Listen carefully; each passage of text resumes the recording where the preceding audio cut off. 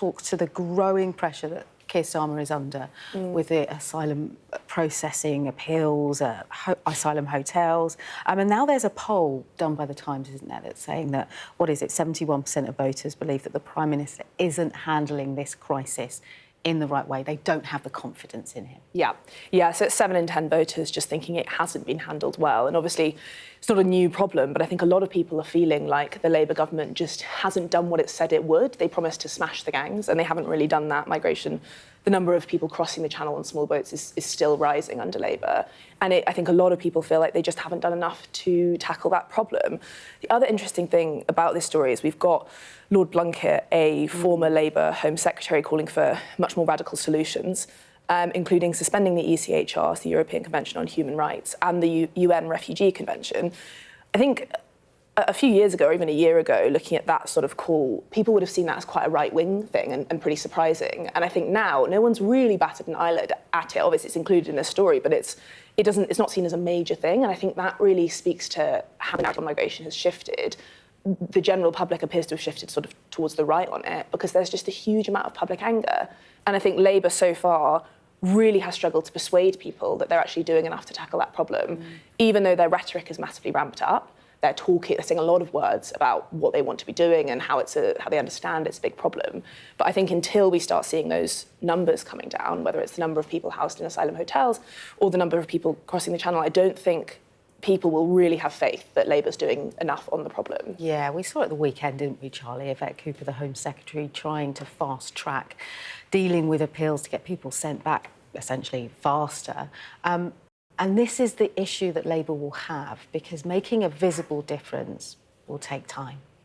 I think that's right. And, as Millie said, it's about the numbers. And, where there's 50,000 people that came into the country illegally, that we just hit that marker a few weeks ago, which more than what came in under the last government. So things seem to be getting worse and not better. But there are those levers that the government can use. It can fast-track deportations. They can change the law. They are lawmakers, after all, to get a grip of the situation, which is deporting people that need to be deported, or having more powers to police to prevent people coming in, more returns agreements, more cooperation with France. I think a lot of people are suggesting that we don't get bang for our buck, the amount of money that we give to them, to stopping that pull in the first place. So there's a lot that the government can do. It's got the levers in the legal framework, but it's just about demonstrating that the government can get a grip on it. They can get the numbers down, and that might just turn fortunes in terms of polling around for the Prime Minister. And it might be getting a grip on it is the narrative that they sell to the public about their storyline, about their view of how they're doing it, because I think that's been some of the criticism, hasn't there, that people don't really feel like they're being listened to in the communities where we've seen protests up and down the country. What we're going to do now is we're going to move on to a story in The Guardian, Charlie.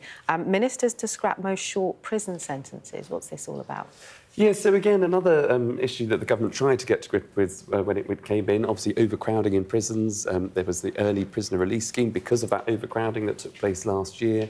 It is now, the government is looking at scrapping short-term sentences. There's always a question around, do they work, do they not, are they effective, what use do they have?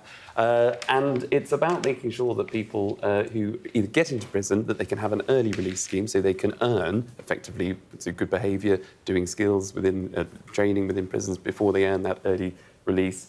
I mean, the government brought in David Gauke, who was a former Conservative Justice Secretary, to try and look at some of the issues around prison sentencing and short sentences in particular, and reforming prisoners in a way in which they can be rehabilitated and actually stop that revolving door of the same people basically going through the court process and ending up behind bars again and again. And I think this will be welcomed, probably across the political piece. Yeah, and Millie, the government say, listen, we inherited a prison system that was days away from collapse, and that is their answer for a lot of the country's problems at the moment. Yeah, I think it is. I think there's a lack of patience, really, when it comes to excuses for different crises facing the government, like the economy, migration.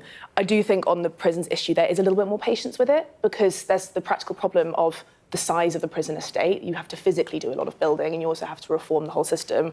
So I do think on this one, there's a little bit more patience with the government on it, but they've said themselves that they can't build their way out of this crisis. They're trying to create more prison spaces. But I think with this story, they're looking at making sure there's an appropriate level of reform of the system. And there's a stat in here that says that 62% of inmates released after less than 12 months went on to reoffend. So I think they're really trying to make sure that those shorter sentences that they're saying there's evidence to support that don't work are gone. What we should do now is go back to the Times. This is a really interesting story. It's about working from home. Did you guys work from home during the pandemic? Did you find it lonely? My first job was fully work from home. And I found it really difficult because you can't ask sort of smaller questions, you can't have conversations with people, and it's quite lonely. I think you sort of feel a bit like you're doing a fake job when you're just sat at home on Slack. So I'm now in the office most of the time. Well, this is the story in the Times today that young adults are increasingly looking for a more traditional office, on-site job because of the implications that working from home has had on young people. We're talking 16 to 24-year-olds, 4 in 10 said that they feel lonely or socially isolated by working from home. For others, including myself, it's been a huge benefit that my husband can work from home, I can come here and spend time with you lovely people while the kids are sleeping. But there is a real issue, isn't there, about Generation Z and the loneliness they feel in the workforce since the pandemic? Yeah, for sure. I think it changes the entire shape of your working life if you're not spending time meeting colleagues, going for work drinks, having coffees with managers to learn things. I actually am a big supporter of work from home. I think that level of flexibility is really useful. But I think that for sort of people having a life outside of work, but I think full-time work from home, I think, is also really damaging for young people who are just trying to sort of make their way in the world of work. Yeah, 45% of young adults said they're considering moving to roles that provided more social interaction. Because it's key, Charlie, isn't it, when you want a promotion or when you want a pay rise, that those interactions happen in the office when you can see a boss and you can collar a coffee. I think that's absolutely right. And it is that social interaction and, going maybe above and beyond if you want that promotion. You have got to be in the office and you've got to talk to your bosses and you've got to do the schmoozing. But you're absolutely right. But it's interesting, as you say, out of those 8,000 people that were surveyed, the majority want to get back to the office for the social activities, which is, social bonding, including a bit of drinking, which I thought was strange because I thought Gen Zers now weren't drinking so much. I am all for a boozy lunch. Totally down for that. Let's move on to the Daily Mail. It's a double spread. And this has been doing the rounds on social media over the weekend that I found fascinating. It's all to do with Angela Rayner. And there's a picture of her vaping away on a kayak. It's all linked to do with her third home that she bought by the coast, £800,000, her new digs there. But what the conversations have been online, for some people, just saying this has made my bank holiday weekend, seeing a politician vaping, just being themselves. And, Angela Rayner isn't the typical type of Oxbridge politician that we're all used to seeing, and it kind of breaks the mould. Whatever your political persuasion, it's important that all types of people are represented in politics. And I think Angela Rayner is one of those. What's your thoughts, Charlie? No, I think that's right. I think that's why there is a following behind Angela Rayner, because she is just her authentic self. And, she's got a backstory that isn't like many politicians. She talks about being obviously a young mum, at 16, a single parent, not having the life that, as you say, many politicians, tend to have. And she breaks the mould. She's risen to the top. She's the Deputy Prime Minister, but she's not losing what seems to be her jolly self. If it's, clubbing in Ibiza, if it's DJing there, if it's, as you say, having a vape, knocking one back there or two on the bank holiday weekend, as you should, as many people will be doing. So, there is a lot of support behind her just because of who she is. But there also, with that, comes the scrutiny, like these pictures, when she's on holiday as the Deputy Prime Minister, when she's got now maybe a new home where actually we're talking about, the government having to maybe tax more properties coming up to the budget because of the fiscal deficit, the black hole that there is in the finances. So it can be hit and miss for the public. But as a politician, as an individual, I think that's why she's very well liked. Millie? Yeah, I think the pictures are great. I've seen a lot of commentary on social media sort of describing her as kind of a woman of the people. But I do think that kind of speaks to the tension in this story, really, because she appears to be a woman of the people in that she's having a vape, she's having a glass of wine in a dry robe. We've all been there. But I think that she's also bought an £800,000 second home. So I think there is then a little bit of critique here because the government is clamping down on second homes. Matthew Pennycook, Housing Minister, has warned of the impact of second homes that stay empty, that on the impact of the local economy and also the availability of housing. And there is a housing crisis in the UK.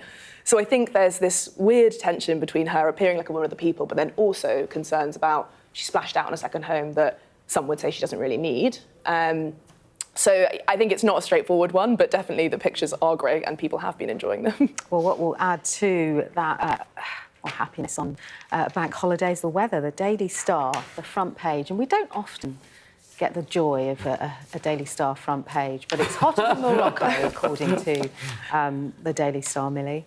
I mean, yeah, it's I think everyone's pretty pleased about it, to be honest, because it felt a little bit like summer was coming to an end the last few weeks. It's got a lot colder, and I've had a lot of people saying, this is it now, locked in for autumn. So Daily Star splashing on the fact that it's going to be 29 degrees over the bank holiday. I think Morocco, they have it like 25 maybe. So we're out doing that, which is great. But yeah, I think it seems to me like it's kind of the last hurrah of summer, really, heading into what will hopefully be a nice September. But on Tuesday, I'm afraid to say, leaving it on that damp note. Yes. Thank you so much for your company. Make the most of it today. This morning. We're back after a short break. We'll be talking about the pressure the government's under.